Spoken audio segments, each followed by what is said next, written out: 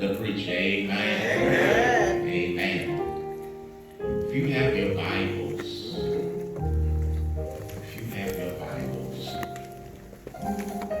nothing wanted to work for me this morning. Couldn't find my iPad. Couldn't find the stuff that was on my iPad. The devil almost won, but he made one mistake. He allowed me to get up this morning.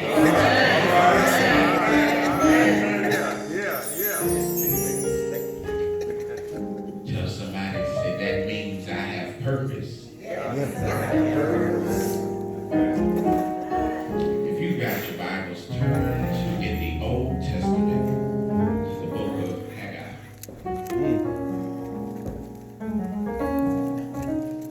Old Testament. I don't go to the Old Testament much at all.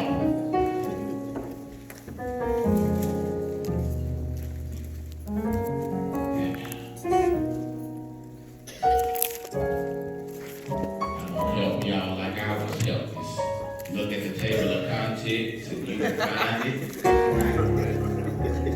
In between, y'all got a lot of little books in there. Haggai and Zechariah.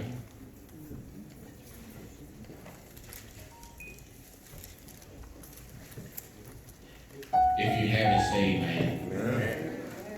If you don't have it, that's all right. The preacher gonna read it anyway.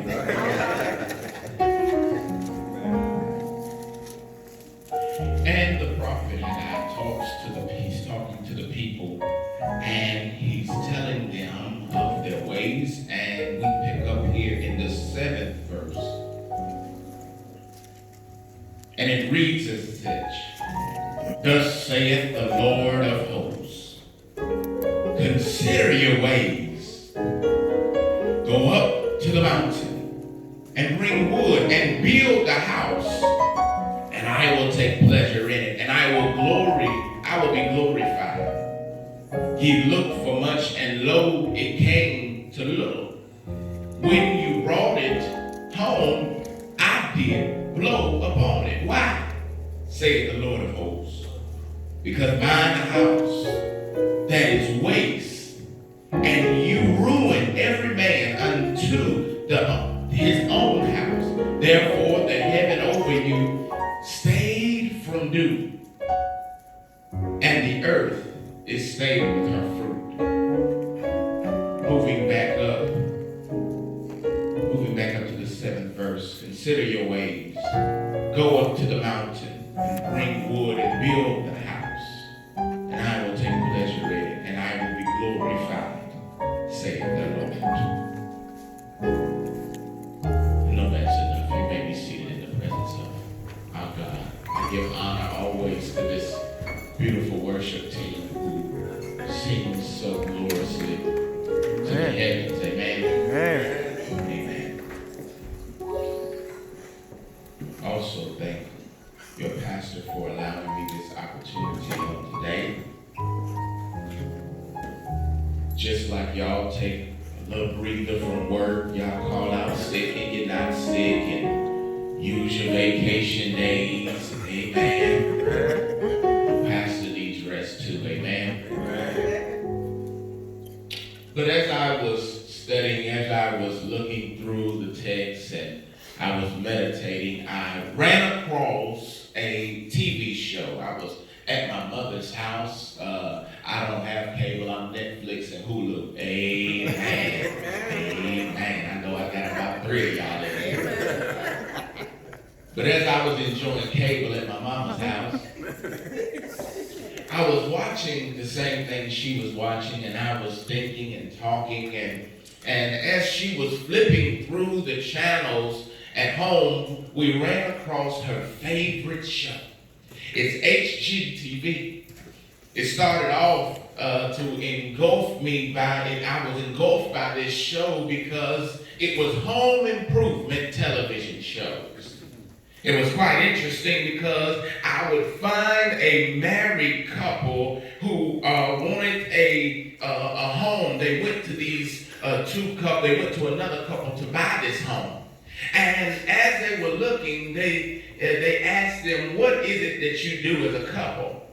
That married couple that was looking for a home, they said, I want a stay-at-home mother. And the husband was a professional dog walker, but their budget was $1 million. And I never do understand that if that's how much it costs to walk dogs, I will walk their dogs. Man. However, in the midst of me watching these type of shows, I ran across a particular type of show. It's a show called Fixer Upper. And if you're familiar with these shows, this show is about a couple who are realtors and home improvement experts. And they help people to find new homes. Without prolonging your time, we're not going to be here too long, but what it is simply that this couple will take different people to different homes. They'll show them the homes, and they took this new couple to a home, and the home was raggedy. It had some spaces in the walls. It had some bad places in the ceilings. It had some cracks in the floors. They wanted an open room, and this was closed room. And they looked at it and said, I don't think this is the one. It's a good space. It's a good potential. It's got good property, but I just don't like the way that this home looks. The funny thing about this, and I understand now the reason for the name of the show, because the couple who was showing the home, the realtors, looked at them and smiled and said, you can't look at how it looks right now. You got to see what's getting ready to happen when we get done with it. Some of y'all understand where I'm going with this thing. They call this a fixer-upper. The fact that this couple looked at something and could not see the potential that lies within it, but somebody else could come in and see what God was getting ready to do. And this is where we are. We're talking about God's fixer-upper. God's fixer-upper. Haggai, one of the great post-exile prophets, who we find in chapter 1, speaking to the people concerning the temple of God. This temple is significant because it was Solomon's temple, and it was given to the people in the year 536. When younger men, the Bible says the younger men were shouting and rejoicing because the prophecies of the old prophets had come to pass after the destruction of the first temple. However, it doesn't take long for people to start neglecting the thing that they loved at first. Some of you may have been there before. I've seen couples, I've seen husbands go through hell and high water for their wives, trying to get them on a date, blowing up their phone. I've seen people blow up phones and text them every other day and show up to the house with flowers, cards, and candy. And once they have gotten a little ways down the road, it seems that all of that has ceased. Is anybody in here ever experienced something like that? It seems that we start as humanity, we neglect things the further we get down the road. All right. And now in their comfortability, they have considered this temple and neglected this sacred space. And quite frankly, it is destroying itself. The temple is being destroyed because of the lack of love from the people. Like an episode right out of HGTV, Jesus calls the people's attention to what could be a thing. God calls the people's attention to what could be a thing of beauty. However, they just can't see it. Oh, they cannot see the gift of God because they have gripes to God. They're telling God, the Bible talks about, they're telling God is saying, I need y'all to build the temple. And the people look at God in the face, flat foot, and say, it ain't time to build the temple. Have you ever met anybody like that who holds back their own blessing? God is waiting to bless them. God is telling them, I'm ready to give you something. And they're arguing back with God, saying, it ain't time for me to move. It ain't time for me to give it up. It ain't time for me. Maybe I'll do it next year. Maybe I'll do it next month. Maybe I'll do it next week. But God is calling somebody here today. to tell you that it's time to move. All right. Tell your neighbor it's time to move. God, instead of moving, they would rather put it off, saying that it's not time. But God gives a rebuttal. I love it. God gives a rebuttal because he calls them to examine themselves. You see, something that I found out is that before you can walk in your dreams, before you can walk into your destiny, you have to first be able to examine yourself. Sometimes, dear beloved, the problem ain't everybody around you. The problem ain't your family. The problem is not your church. The problem is not your pastor. Sometimes, dear beloved, I hate to tell you, I'm just a messenger. The problem is you. Sometimes you're praying out and casting out demons, and you're in your house praying, God, remove this thing that is around me, the spirits that are around me, and God is trying to show you the spirit is not around you, that bad spirit is in you. You've got to realize and examine yourself sometime. Look at somebody and say, check yourself. Check yourself. You got to examine yourself. The Bible says that God spoke to the people and asked them to consider your ways. We all know some people who got some ways. Oh, yeah. And that's quite a conundrum to be in on today. It's a hard place to be in today. That we can step back and instead, y'all been there, that we can step back and stop blaming everybody else for our issues and examine ourselves. I know they hurt you. I know they talked about you on your job, but sometimes you have to stop blaming everybody else and examine yourself. I'm here to help somebody, not hurt you. I know they hurt you, but examine yourself. The prophecy is literally God taking responsibility for allowing them to have complete control over their lives. I come to tell y'all, whether you believe it or not, God is not a bully. He's not a bully. He's not this type of person that can come into your life and he push his way in and make himself to you. He's not going to bully his way into your house. He's not just going to run up into your life and tell you what to do. God is going to give you the power of choice. All right. You have the power to choose what you're going to do or what you're not going to do. Right.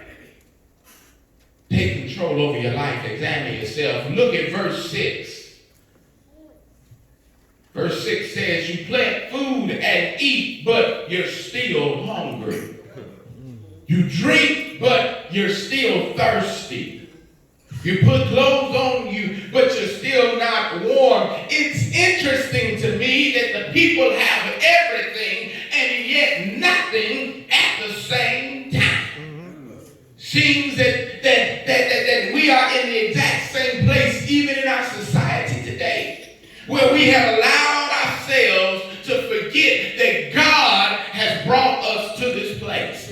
We have the cars that we want, but we're still looking for some other thing. We have the money that we need, but we're still looking for more. We have the significant others, but we still got wandering eyes. We have everything that we want, but we have nothing at the exact same time. Have you ever been there where you have the things that you've asked God for, but it seems that you're still walking around empty? It seems that you're still walking around with space. It seems that you can't even, it's the thing that you can't even put your finger on, that you're looking for, that you're hoping for, that you're wanting. But God is saying you've got to learn to examine yourself. We are in that same place that we have forgotten that through all of the things that God has given us deep, that we have forgotten that our hope is built on nothing less than Jesus Christ and his righteousness. Come on with it. Come on.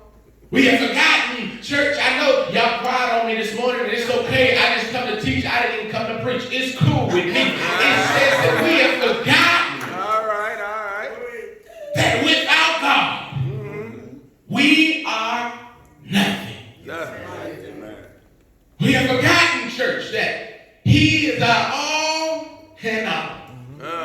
We have forgotten, church, and in the midst of our forgetting, God has sent us a reminder. And I don't know about you, but sometimes we need a reminder. When I was younger, I wanted to prove that I was just as strong and big as my daddy. I went in some place and I picked up I tried to see him picking up these rocks, but y'all, these rocks wasn't just regular rocks.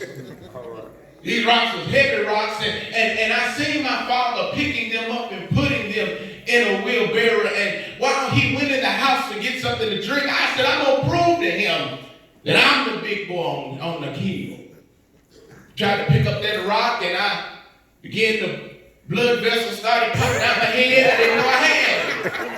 Started hurting in places, and seemed like I don't know if it was sweat or if it was tears, but some water was just running down my face, and I was struggled with it, and my hands began to blister, and y'all laughing, but I was hurting, and my hands was all cut up, and I'm struggling, and I look across the field, and I see my daddy shaking his head and laughing. Whole time I'm sitting here struggling, and he's watching. After so long, my father came and helped me with that rock. He watched me, and he grabbed that rock, and he put it in the wheelbarrow and helped me lift it, and we put it in there and rolled it to wherever we had to go. With frustration on my mind and confusion in my heart, I wanted to yell, but not too much bass in my voice. See, my father was old school, so I would have went to sleep on Monday and woke up the next month. So I didn't want to put too much bass in my voice. So It's all right. But he could see my frustration. And I asked him, I said, Daddy, how could you sit there and watch me struggle? How could you sit there and watch me go through the pain and the agony of trying to lift the heavy thing?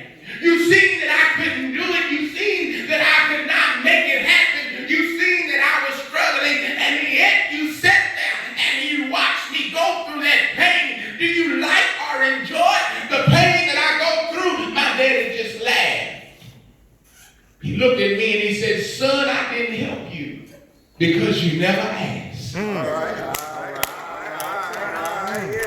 And the fact of the matter is, church, some of us go through life and we struggle with the thing. You know that thing, don't you?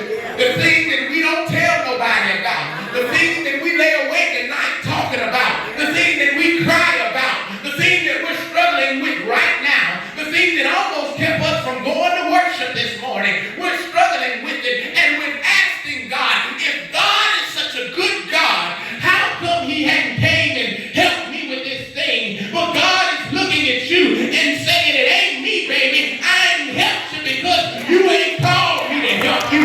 Sometimes you got to come. It's me, standing in the need of prayer. Sometimes you got to look up to heaven when you don't know what to say and say, Father, I stretch my hand to thee. No other help I know. Sometimes you got to look up to God and say, if you can't do it, it won't be done. Sometimes you got to call on God when you can't call on mama. You got to call on God when you can't call on your friends. You got to call on God. Somebody look at your neighbor and say, Dad, I need you. Sometimes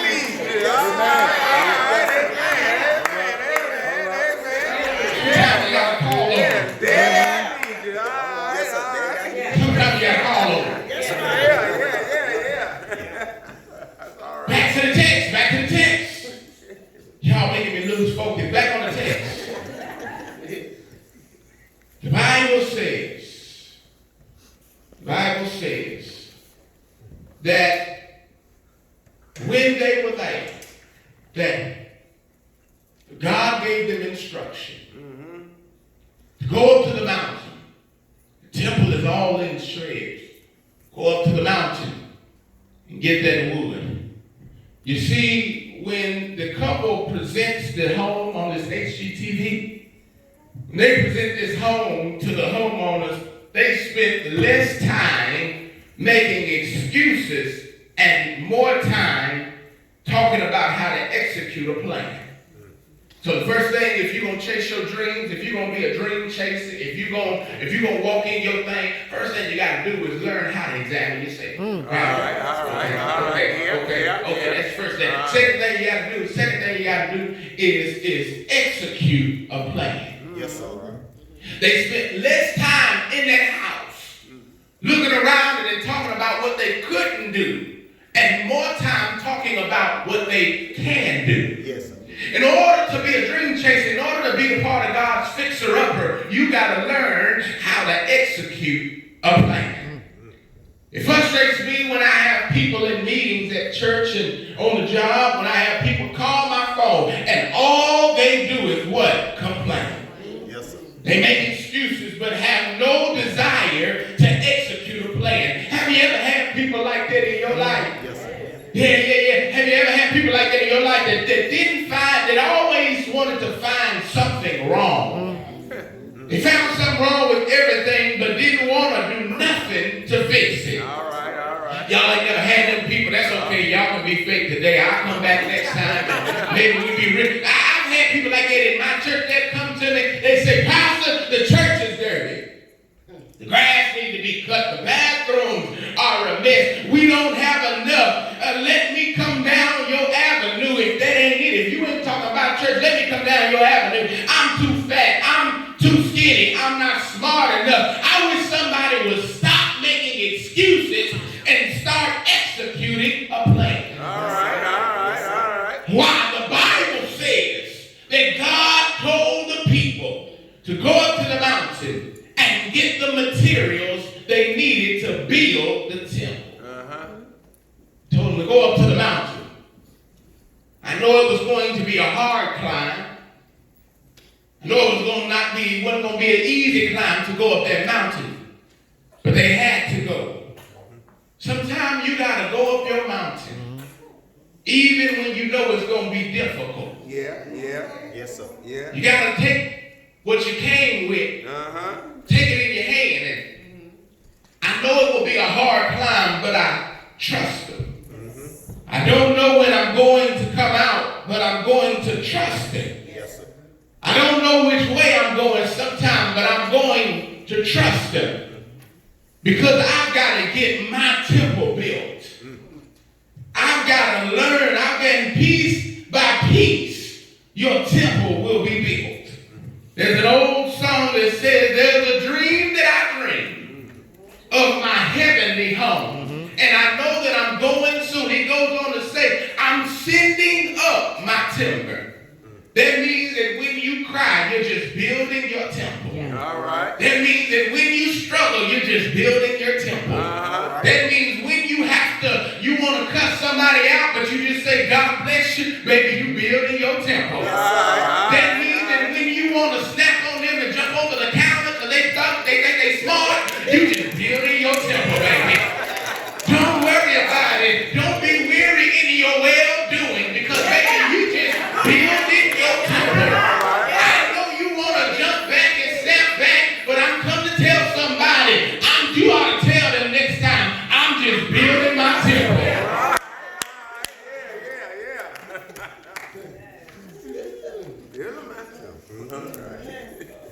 Come to tell somebody today that your success comes after your suffering. Success comes after suffering. Yes, sir. Existing. After if you're walking in your dream, we're walking in our dream, right? Yes, sir. We're being God's fixer-upper. We're trying to fix this temple that we're in, right? Right. Okay. If we're going to do that, one, we've got to examine ourselves. Yes, sir. Okay. Once we examine ourselves, next we got to execute a plan. Once we've done all that, there's one more thing that I believe that we got to do. We've got to exist in the promise. Man. We've got to learn how to exist in the promise of God. It said that God said it's going to work. We just got to believe it's going to work. Tell your neighbor, exist in the promise. Exist in the promise. Amen. We gotta learn to exist in it. It's gonna work. We just gotta believe that it's going to work. It's going to work out. God told the people that look at that text, it's right there. I can't make this stuff up. I'm not that smart, y'all. God said that I will be with you. I don't know about you, but that's good news today. That no matter where I'm going in my life, that God is going to be with me. That no matter where I'm going in my life, that God is with me. And ain't that good news today? I said, ain't that good news today? That no matter where I'm going, God is with me. That even in my darkest hour, even in my time of distress, even in the valleys, that he's with me. Ain't that all right? And no matter where I start off at, that God is with me. That no matter what people say about me, that God he's with me. That no matter what it looks like, God is with me. I wish I had somebody in here that would exist in your promise. I don't know what God promised you, but you ought to walk in your promise, because you are God's fixer-upper. You may not be much now, but God sees something inside of you. God sees what's going to come of you. Some people won't understand why God wants to take your messed up self and invest in you. But I come to tell you that there's purpose for your pain. And even though you gotta go through some mess, it's a miracle on the other side. Ain't that all right? The Bible says that after you suffered for a little while, that God's gonna do it for you. Is there anybody in here that can wave your hand and tell your neighbor, I'm existing in the promise? He promised me that I would be the first and not the last. That was his promise. He promised me that no weapon formed against me shall prosper. That was the promise. He promised me that I would be the first and not the last. That was his promise. And I'm going to walk in that promise. You may look at me and say he won't ever make it. You'll look at me and say that I will never be. But God looks at me and say he's more than a conqueror. God looks at me and he sees me. You don't know my story, all the pain I had to go through. You don't know my pain, what it took for me to get here. I'm leaning on God. I'm depending on God. If he don't do it, it won't be done. Is there anybody that can wave your hand with me? I just need 5 people and I'll be 6 that will exist in the promise. Tell your neighbor one more time. Tell your neighbor, I'm God's fixer-upper. I feel like Lisa. Y'all remember Lisa, don't you? My good friend Lisa. Lisa came walking down the street one day and found a $20 bill right there on the ground. Lisa picked up that 20, looked around, and walked on toward the church. She walked to the church, went up the steps. She saw the ushers. She ran in the church and said, I still got my 20. The usher said, baby, you got to sit down. You can't yell in the church. But she pushed past the usher boy. Ain't that all right? She went on a little further and she hit the deacon deacon board. The deacon board said, sister, you got to sit down. She said, but I still got my 20. She pushed past them. She hit the motherboard. Y'all remember the motherboard, don't you? She hit the motherboard. She yelled out, I still got my 20. The motherboard said, baby, you got to sit down. You're being a disturbance. You interrupting worship. At least push past the motherboard. She went up to Pastor and said, Pastor, I still got my 20. The pastor said, Lisa, why are you talking about that 20? What is significant about you and that dirty $20 bill? She said, Pastor, you don't understand. I found this 20 by my house and came straight to the church. She said, I'm a recovering alcoholic and I'm a recovering addict. And I went past 4 liquor stores to get here. An old dope house. I went past the trap house and my old dealer. And I still got my 20. It may not look like much to you, but I still got my 20. It may not mean nothing to you, but I still got my 20. I came from a mighty long way, trusting in God, and I'm a fixer-upper. I've learned how to examine myself. I've learned how to look at my situation and exist in the promise. I've learned how to execute a plan, and I know that God got more for me than I got for myself. Somebody say yeah. Say yeah. Just understand that God had one more fixer-upper, and it wasn't me, and it wasn't Lisa. Can I drop a bomb on you before I go? He had another fixer-upper. He saw you, and he said, I burnt offerings and sacrifices. I have no pleasure.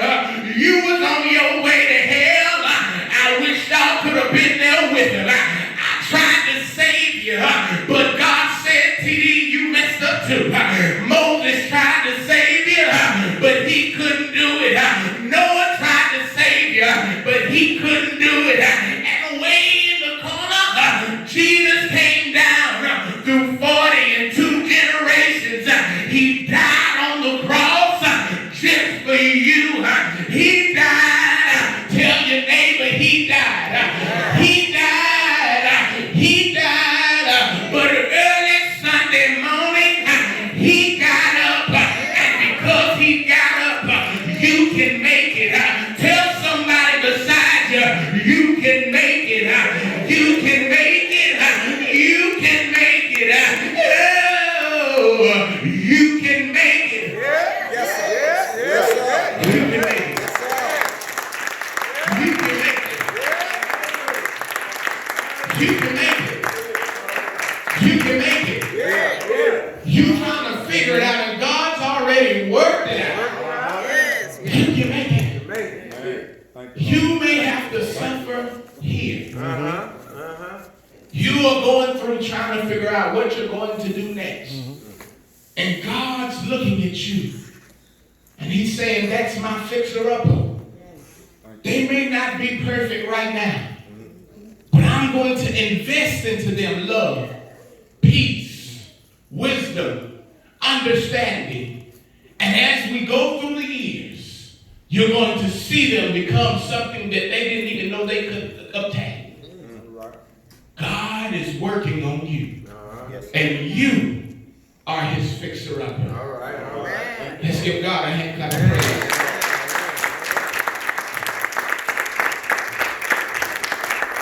We're standing all over the place.